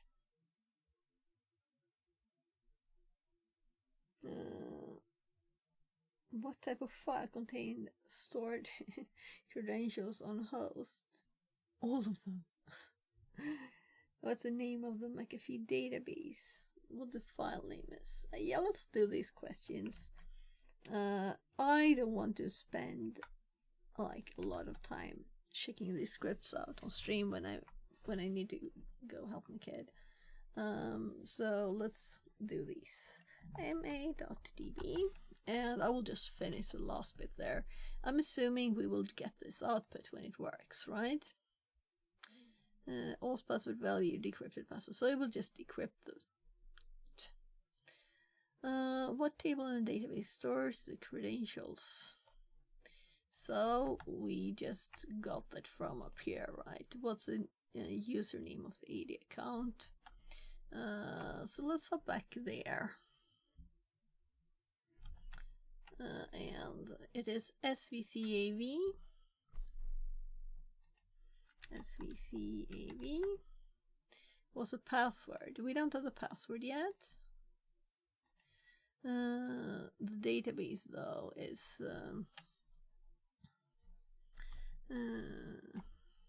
I'm sure it will do the caps for me. Agent repositories. There. So, what type of file often contain configuration files? Is that it? Should say how many letters there are in the words too, right? So I'm trying to click enter, it can't do it. I had to click the button. So we only have the password thing there. Let's check the conclusion out. And I'm kind of like, I can dig into that script off stream. Conclusion. A significant amount of attack avenues can be followed to breach AD. We cover some of those commonly seen being used during a red team exercise in this network. Due to the sheer size of the attack surface, new avenues to recover that first set of AD credentials are continuously being discovered. Building a proper enumeration methodology and continuously updating it will be required to find that initial pair of credentials. Mitigations. In terms of mitigations, there are some steps that organizations can take. User awareness and training. The weakest link in the cybersecurity chain is almost always users. Training users and making them aware that they should be careful about disclosing sensitive information, such as credentials, and not trust suspicious emails, reduces this attack surface. Limited exposure of AD services and applications online. Not all applications must be accessible from the internet, especially those that support NDLM and LDAP authentication. Instead, these applications should be placed in the internet that can be accessed through VPN.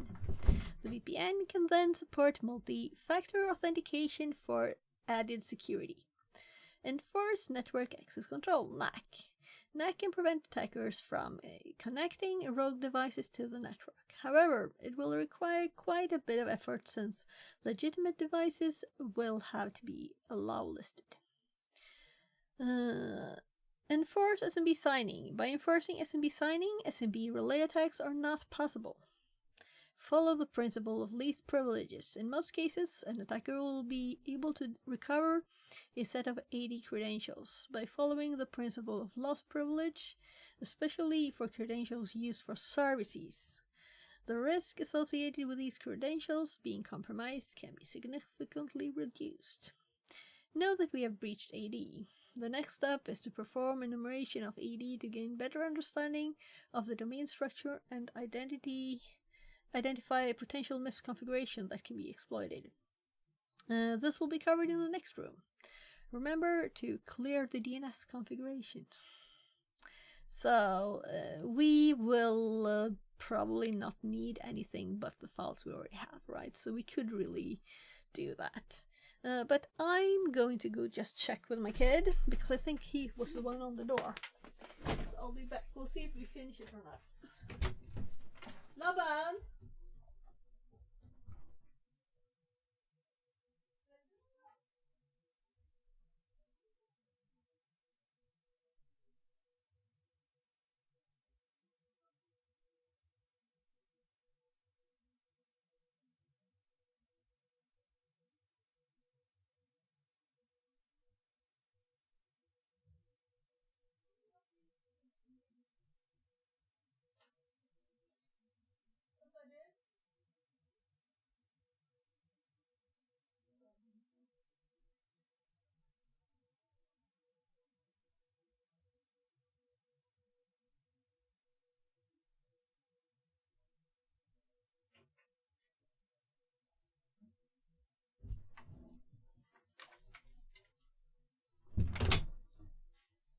So he still hasn't decided if it wasn't him, it was someone else. So it was probably not Helby. So we'll finish stream first. Yeah. So getting this lost password is just getting this old script to run or getting the new one to work. But that one doesn't say any special thing it needed. So we could probably just like check here. Usage.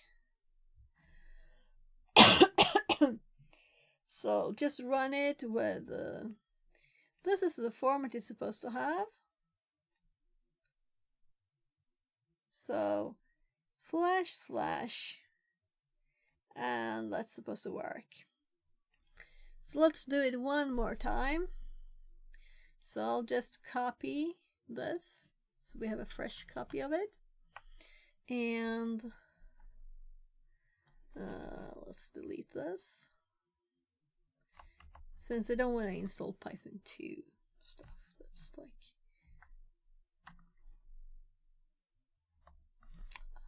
So, run it. Invalid character. So we did actually get a different error up here. This is a Python 2 one, right? Yeah, so this one we get invalid character.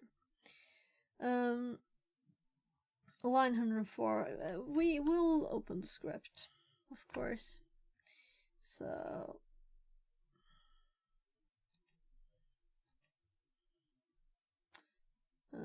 three. So 104. Siteless encryption. What did it say about the character? A dot like in the middle. Is this some kind of indicator of progress or something? Here it is, the character.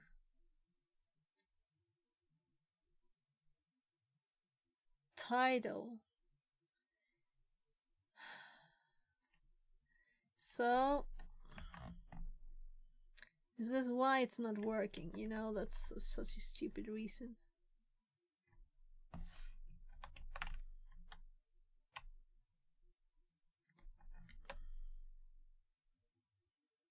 So now we have line 7 instead.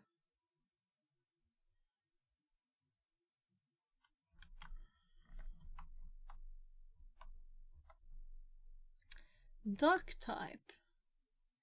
What kind of Python file is this?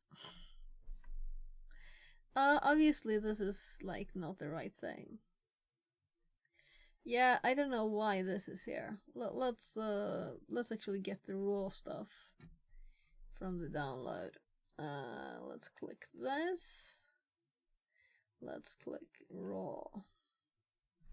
Let's copy this. Let's paste it here. Let's save this. Let's run it again.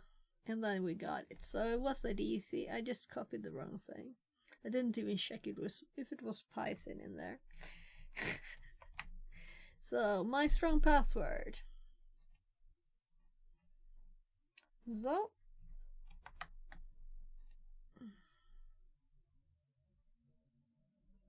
So, congratulations on completing breaching Active Directory.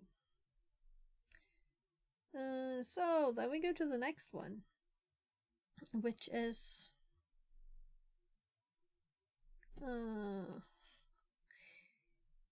why would I want to show off a simple learning room? I don't know. So that looked graphically off, but we have 120% zoom, so we have a new network to check out. But we won't be doing this today, but we can just quickly check a bit. So we have quite some reading to do. Credential injection, enumerating through Microsoft Management Console, command prompt PowerShell Bloodhound. Yeah, looking forward to that. So MMC.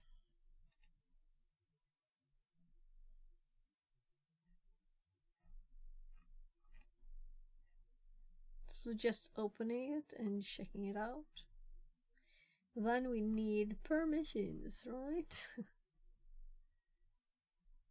Well. I'm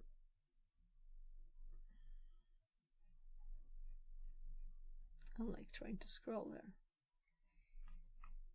So, yeah, so I will be actually going back to this one and making sure I have notes on this last one. It wasn't much with the McAfee one. And probably all of the things I need is already in the notes. So, by the way, I'm trying to find what type of files it was. The whole header is configuration files.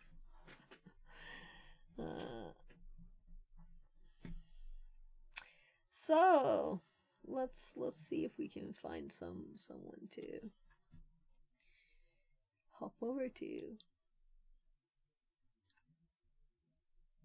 So we do. I'm just gonna check out so it's not about to stop or something.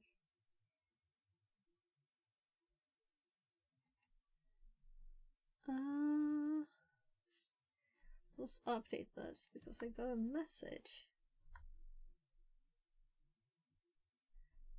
Let's see.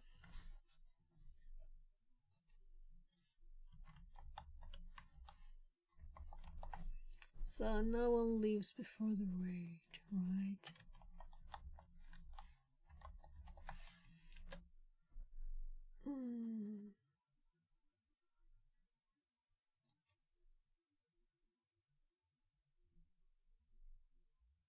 I think we're just gonna read. So why am I like not clicking the right thing? Not clicking the thing I plan to click. So close, close, close, open, and then we can type.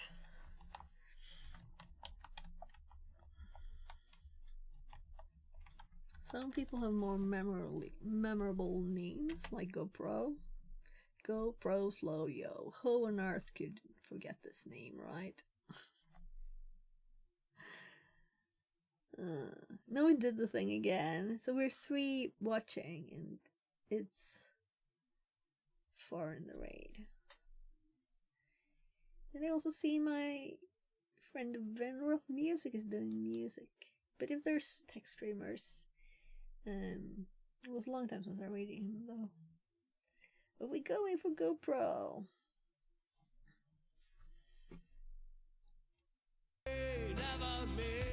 Oh my, sorry, but that's Johannes. You have to check out his stream. You heard what he sang, right? Hopefully YouTube won't be mad at me for that. Hop in there too.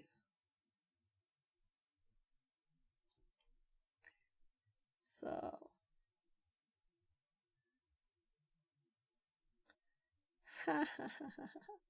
this is funny. I'm hypnotized by the ones coming in. So sorry whoever hopped up too late for the raid. Hop into the raid. We're raiding GoPro.